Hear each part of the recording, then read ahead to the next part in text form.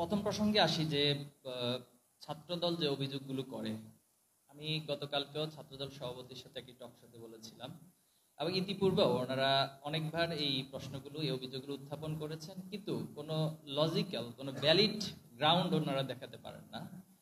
ওনাদের দাবি একটাই, আমরা সাধারণ শিক্ষার্থীদের নামে আন্দোলন করি। তো সাধারণ শিক্ষার্থীদের নামে আন্দোলনই তো হাসিনার পতনের জন্য একটা বড় ভূমিকা রেখেছিল। সে সময় তো কোনোদিন ওনারা এই সাধারণ শিক্ষার্থীর আন্দোলনকে নিয়ে প্রশ্ন তোলেননি। আজকে কেন এসে কোনো সাধারণ শিক্ষার্থীরা কোনো দাবি দেওয়া উত্থাপন করলে সেটা শুধুমাত্র ছাত্র শিবির বা বৈষম্য তারাই হচ্ছে সে আন্দোলনে লিড করে, এই দাবি এখন কেন উত্থাপিত হয়েছে? এই প্রশ্ন কি তাদেরকে গতকাল করেছিলেন বা কোনো উত্তর কি তারা দিয়েছিল? আমার জানা নেই। আশা করি সুযোগ পেলে ভবিষ্যতে করবেন, উত্তরটা নেবেন। আর ছাত্র শিবির গত 15 বছর, আমি আপনাকে চ্যালেঞ্জ করে যাচ্ছি যে ছাত্র শিবিরের কেন্দ্র থেকে শুরু করে আমাদের 132টি শাখা আছে, মহানগর, বিশ্ববিদ্যালয়, জেলা শাখা মিলে। প্রত্যেক বছরের শুরুতে জানুয়ারি মাসে আমরা সেই শাখাগুলো সেট আপ সম্পন্ন করেছিলাম। এবং এই কোশ্চেন যদি আমরা ছাত্র দলকে করি যে গত 15 বছর ওনারা কেন্দ্র থেকে শুরু করে কতটি কমিটি দিতে পেরেছিল, আমি জানি না কি উত্তর দিবেন। আর এই 6 মাস, আজকে 6 মাস অতিবাহিত হচ্ছে, এখন পর্যন্ত ওনারা হাতে গোনা 3-4টি বিশ্ববিদ্যালয় কমিটি দিয়েছে। তাও প্রত্যেকটা কমিটির পর সেখানে গ্রুপিং হয়েছে, পাল্টা মিছিল পাল্টা মিটিং হয়েছে, এক গ্রুপ আরেক বিরুদ্ধে বিষেধাগার করেছে এবং ধাওয়া পাল্টা ধাওয়া। আমরা জগন্নাথ বিশ্ববিদ্যালয়ে দেখেছি, একটা কমিটি ঘোষণার পর আরেক কমিটি লাঠিসোঁটা নিয়ে সেই কমিটির বিরুদ্ধে মিছিল করেছে। তো এগুলো তো দৃশ্যমান।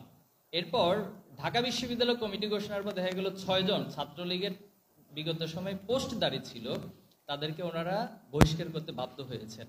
জাহাঙ্গীরনগর বিশ্ববিদ্যালয়ে টোটাল 18 জন যারা ডকুমেন্টেড যে তারা ছাত্রলীগের সাথে সম্পৃক্ত ছিল। তো এরকম একটি সংগঠন যদি আমাদের বিরুদ্ধে এই ধরনের অভিযোগ উত্থাপন করে, তাহলে এটা হাস্যকর একটা বিষয় ছাড়া কিছু না।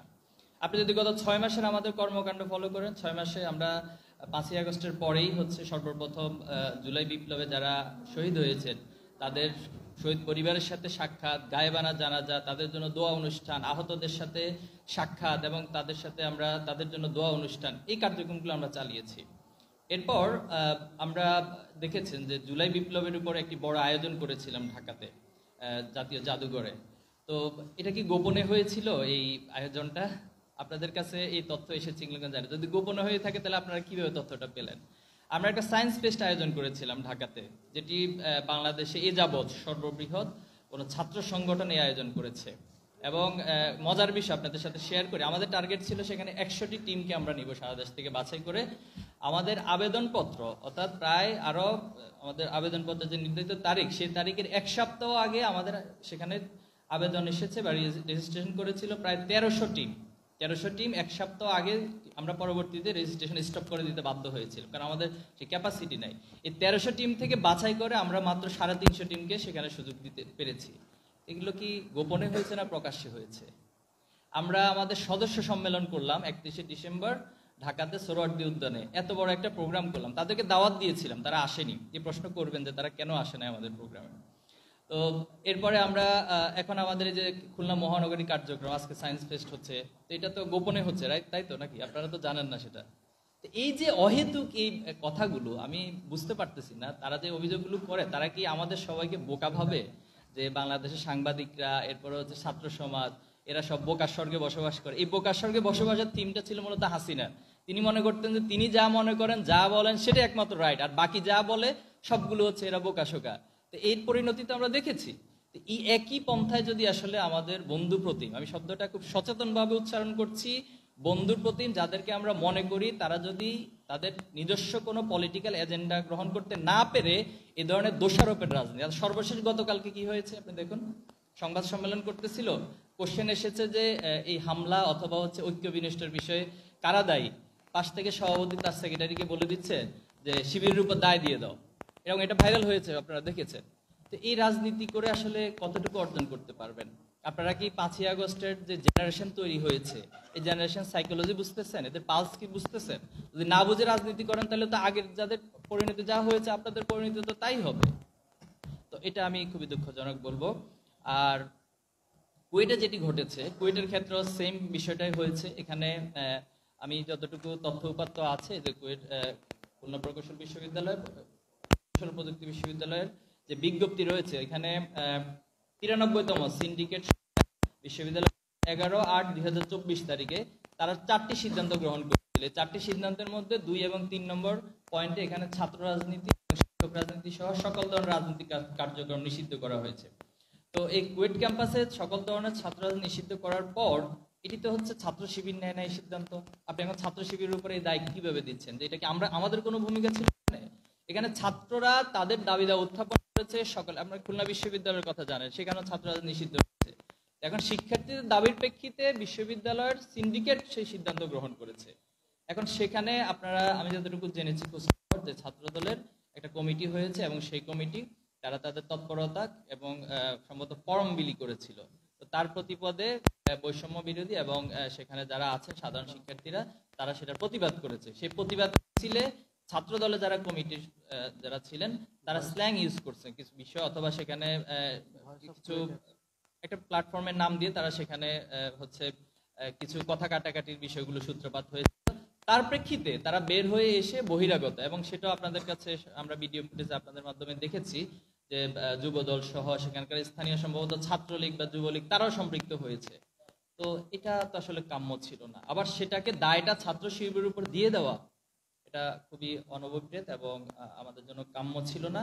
তো আমরা আশা করব সবার মধ্যে সংশোধনের মনোভাব আসবে এবং সংশোধিত হয়ে আসবেন। 5ই আগস্টের পরবর্তী যে বাংলাদেশ সবার প্রত্যাশিত, সেই প্রত্যাশিত বাংলাদেশের দিকে সবাই অগ্রসর হবে, এটা প্রত্যাশা রাখবো। ধন্যবাদ আপনাকে। আমরা এই পালস বোঝার জন্য চেষ্টা করছি ছাত্র রাজনীতি এটা সংজ্ঞায়ন কি। ছাত্র রাজনীতির সংজ্ঞায়ন হবে সেখানে শিক্ষামূলক কার্যক্রম থাকবে, সেখানে জ্ঞান চর্চার একটা প্রতিযোগিতা থাকবে, সেখানে সেবামূলক এজেন্ডা নিয়ে সবাই হাজির হবে, সেখানে ভবিষ্যৎ বাংলাদেশের রাজনীতি নিয়ে সচেতনতা বোধ তৈরি হবে সবার মাঝে, এবং এই জাতির জন্য যে কাঙ্ক্ষিত নেতৃত্বের প্রয়োজন ছাত্র রাজনীতি সেটা সাপ্লাই দিবে। কিন্তু ছাত্র রাজনীতি মানে তো আমার হল দখল না, ছাত্র রাজনীতি মানিত হচ্ছে আমার আধিপত্য বিরাজ না, ছাত্র রাজনীতি মানিত হচ্ছে আমার দেশীয় অস্ত্র নিয়ে মহড়া দেয়া না, ছাত্র রাজনীতি মানিত হচ্ছে আমার দেশীয় অস্ত্র নিয়ে একটা ক্যাম্পাসে এসে বহিরাগতদেরকে নিয়ে এসে হত্যা, তাদের উপর হামলা করা না, এভাবে আহত করা না।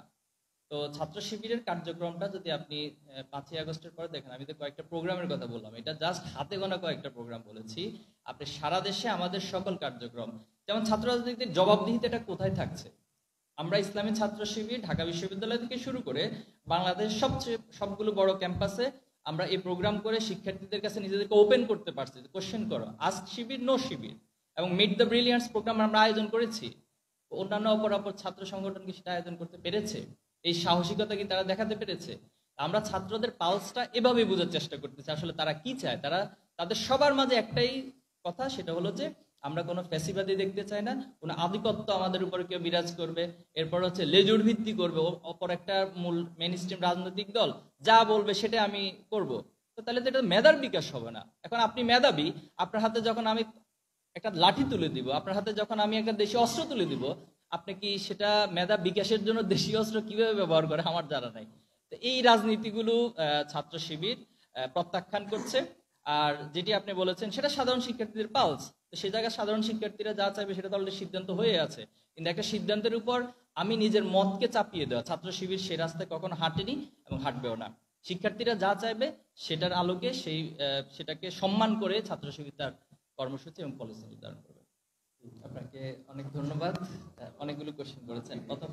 প্রথমত হচ্ছে আজকে শিডিউল জানতে চেয়েছেন। আজকে শিডিউলটা আপনাদের এখান থেকে শুরু হয়েছে আলহামদুলিল্লাহ যাত্রা, তো আশা করি ভালো কাটবে, আপনাদের সাথে ভালো কাটছে, সারাদিনটা ভালো কাটবে। আর এরপরে আমাদের আহত যারা আছেন জুলাই আন্দোলনে এবং এখানে আমাদের তাদের সাথে সাক্ষাৎ আছে, কয়েকটি শহীদ পরিবার এবং আহতদের সাথে সাক্ষাতের শিডিউল রয়েছে। আর মূলত যেটি আমার মেইন আজকের শিডিউল সায়েন্স বেসড পরিদর্শন এবং সেখানকার পুরস্কার প্রদান অনুষ্ঠান, সেখানে আমি অংশ নিব। মূলত এর মধ্যে দিয়ে আমার খুলনা শিডিউল। নুরুল ইসলাম সাদ্দামের বিষয়ে প্রশ্ন করেছেন, আমি আপনাদেরকে প্রশ্ন করতে চাই। নুরুল ইসলাম সাদ্দাম আপনাদের খুলনার সন্তান, ছাত্র শিবিরের সেক্রেটারি জেনারেল হয়েছেন, এটা কি আপনারা খুশি না অখুশি হয়েছেন? আপনারা কি খুশি না অখুশি হয়েছেন? আচ্ছা, কোনো আনসারে যাবেন না আপনারা তো ঠিক আছে, মনে মনে রাখেন আনসার, খুশি অখুশি।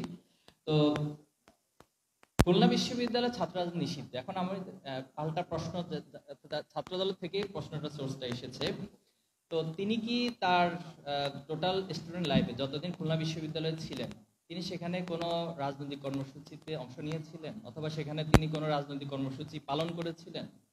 তো সেখানে তো বিশ্ববিদ্যালয়ের যেটা সিদ্ধান্ত, তিনি তো সেটার প্রতি সম্মান রেখে তিনি তার লাইফ লিড করেছেন।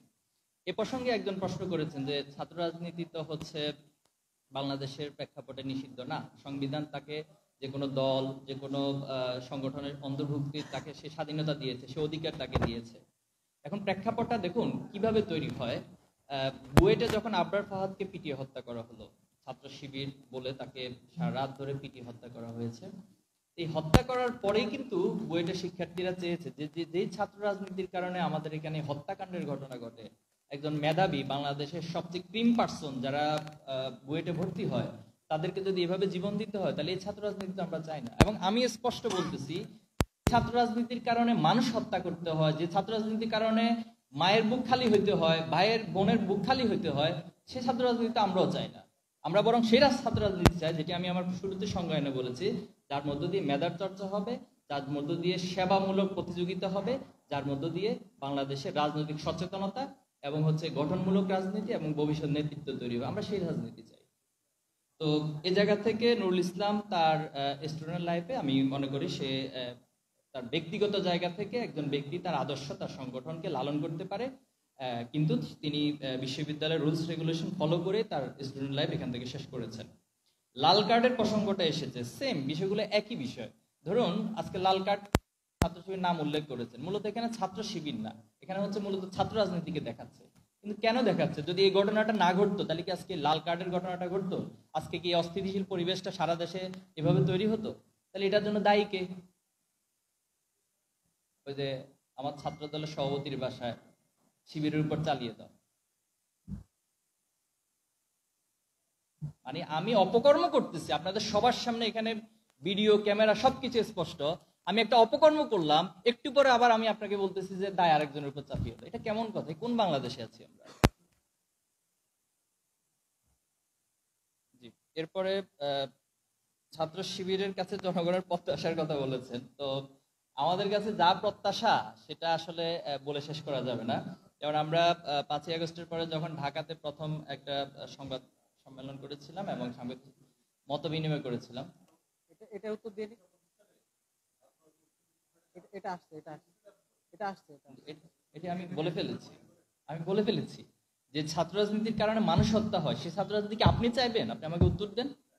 কিন্তু অবশ্যই ছাত্র রাজনীতি থাকতে হবে, কিন্তু সেটা সুস্থ ধারার এবং গঠনমূলক। আমি এই কথাটা বলেছি, আবারও বলছি, গঠনমূলক হবে, মেধার চর্চা হবে। যেটা আপনি বৈশ্বিক যে অন্যান্য অপরাপর দেশগুলো আছে সেই ছাত্র রাজনীতি স্টাডি করুন। আমি আমার সকল ছাত্র সংগঠন থেকে শুরু করে বাংলাদেশে যারা সচেতন, বিশ্বের অপরাপর দেশগুলোতে ছাত্র রাজনীতির কেমন চর্চা হয় আপনি সেখানে খুঁজে দেখুন। সেখানে হচ্ছে সেখানে স্টাডি সার্কেল হয়, সেখানে বিভিন্ন জাতীয় ইস্যু নিয়ে ক্যাম্পেইন হয়, সেখানে হচ্ছে তাদের ভিতরে ছাত্রদের অধিকার নিয়ে ভয়েস রেজ করা হয়, পলিসি ডিবেট হয় যে একটা রাষ্ট্র কিভাবে চলবে সেটা নিয়ে ছাত্র সংগঠন এবং ছাত্র অ্যাসোসিয়েশনগুলোর মধ্যে পলিসি ডিবেট হয়। কিন্তু আজকে আমাদের মধ্যে সেই পলিসি ডিবেট নাই।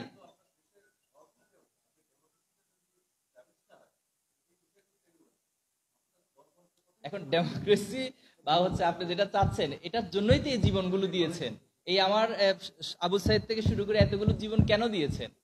কুয়েটের যে ঘটনাটা ঘটলো, আমি মনে করি যদি কোথাও ছাত্র রাজনীতির সামনে নিষিদ্ধ হয়, এটার জন্য স্পষ্ট প্রমাণ সহকারে ছাত্রদল দায়ী থাকবে।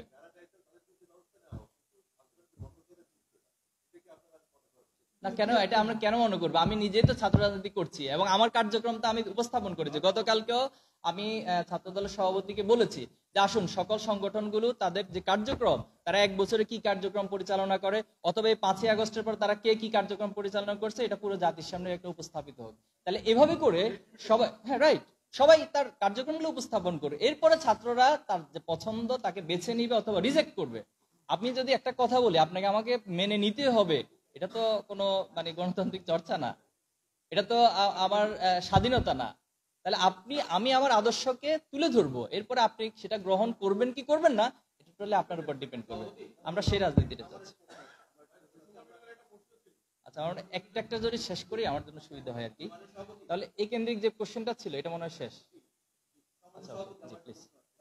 জি, গতকালকে এখানকার যুব দলের দৌলত থানার যিনি যুব দলের সহসভাপতি মাহমুদুর রহমান, ওনার হাতে অস্ত্র সহ একটি ছবি ভিডিও সারা দেশে ভাইরাল হয়েছে এবং যুব দলের অফিসিয়াল থেকে স্টেটমেন্ট দিয়ে ওনাকে বহিষ্কার করা হয়েছে এই ঘটনার জন্য দায় হিসেবে এবং বলেছেন যে এটা দায় যুব নেবেন, ওনাকে নিতে হবে।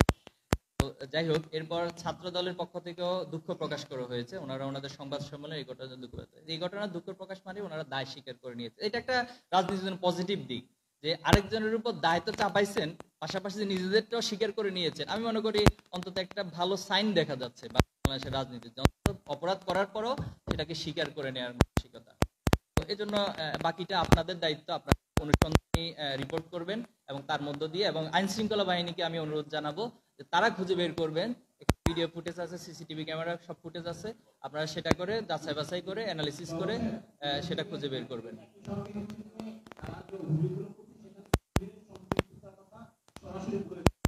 ছাত্র শিবিরের কোন ধরনের কোনো সম্পৃক্ততা না, যদি আপনার কাছে থাকে আপনি প্রমাণ উপস্থাপন করুন। আমাদের কোনো জি ছাত্র শিবিরের এখানে কোনো দায় নাই। তো ছাত্র শিবিরের দায়টা কিভাবে দেয় এটা তো আমি বললাম, বারবার বলতেছি, এটা এই কয়েকবার রিপিট করেছি যে গতকাল সংবাদ সম্মেলনে একটা কোশ্চেন করেছে, কোশ্চেন শেষ হওয়ার আগে হচ্ছে আরেকজন পাশ থেকে বলে দিচ্ছে যে শিবিরের উপর দায়টা দিয়ে দাও। তো এটা কেমন চর্চা?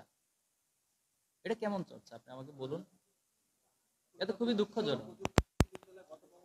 জি এই কোশ্চেন মনে রিপিট হচ্ছে। আপনাদের সময় মূল্যবান সময়, খুবই মূল্যবান সময় আপনাদের, এখানে সবার সব মূল্যবান সময়।